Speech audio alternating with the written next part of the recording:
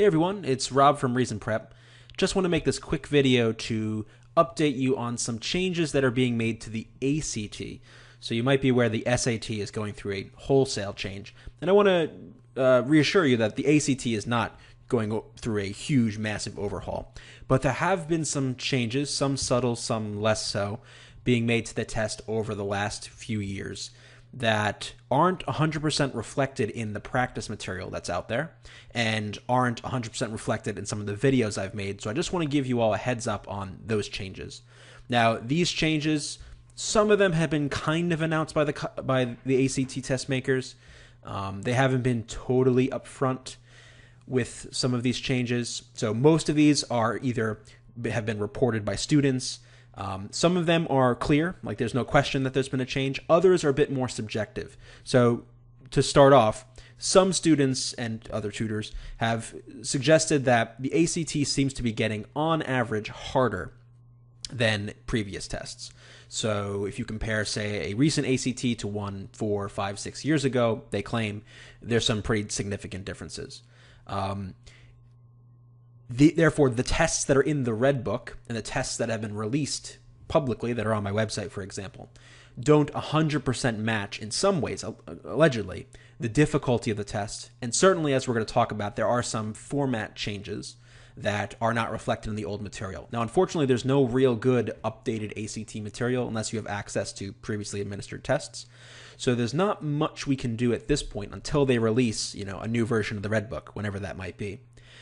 But just note that some have kind of thought that the ACT is a bit harder. Now, why is this the case? We could speculate if this is even true. If it is true, some have speculated that it's because too many people are getting top scores, so they want to broaden out the top end of the scoring range, whatever it might be. The fact of the matter is, seems like the test is getting a little bit harder. If you're someone who's going for 25 plus, especially a 30 plus, this will affect you more than, say, someone who's more around the average, trying to get up a little bit higher than average. But just note, we can be a little skeptical of this. The curves reflect this to a certain extent. But just know, regardless of how hard the test is or how easy the test is, the curve evens it out, right? If the test is harder for you, it's harder for everybody, and the curve will reflect that. So sure, it might be getting harder, but you know what? It's getting harder for everybody. So how much does that really matter? So that's for the subjective claim. What about the specific? So for the English, this has had the fewest changes. Some claim that the rhetorical skills questions are more subjective or ambiguous. Skeptical of that. I think on these tests, there's going to have to be a good reason why one choice is better than another. So I wouldn't worry too much about that. It seems like, again, the English is more or less the same. The math, some have claimed the difficulty's gone up, particularly on the harder questions. Some people have had a little bit less time than they would normally have on other practice tests. Again, you have to disambiguate their claims from the fact that they're doing practice tests in a comfortable environment, and then they're going into a testing center and doing a test. And okay, are they having problems with time because the test is harder or because it's the real thing and they're nervous? And it's hard to say. But there is the idea that it's getting harder. The ACT test makers have also announced that they've added a bit more pre-algebra material to the test, so particularly probability, data representation, and statistics. So some small minor changes there.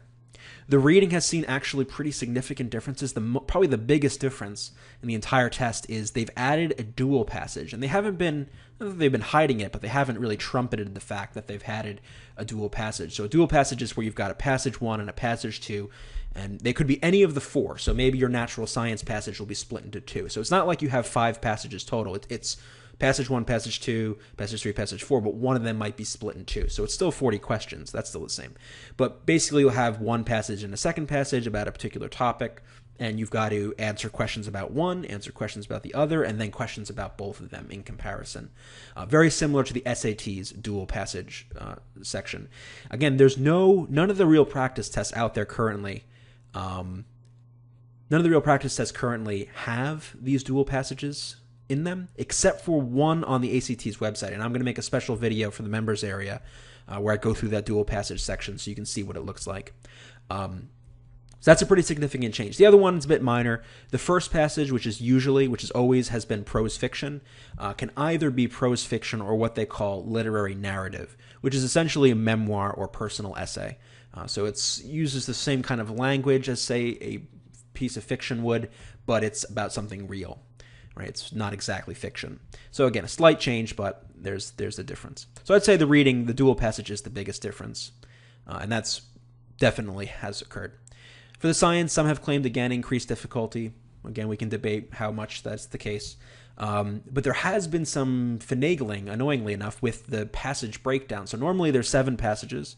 3 of them are 5 questions, 3 of them are 6 questions, and 1 of them is 7.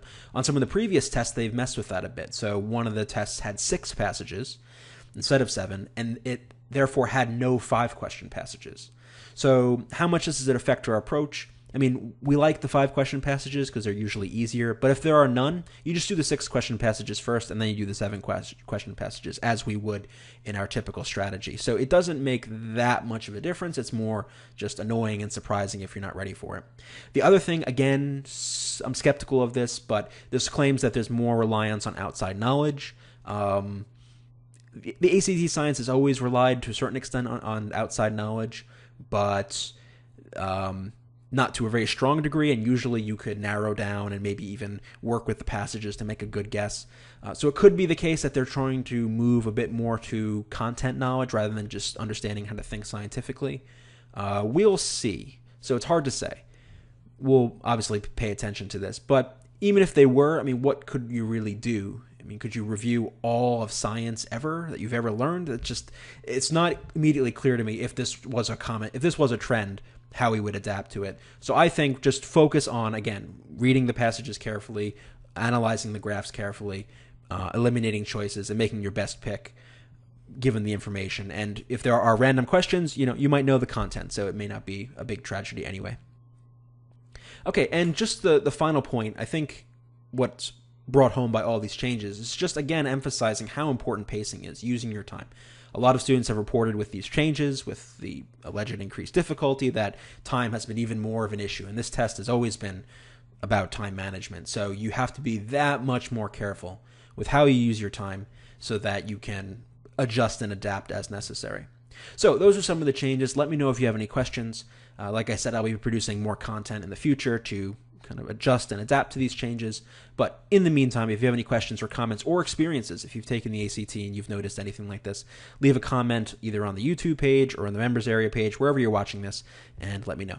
All right, I'll talk to you soon.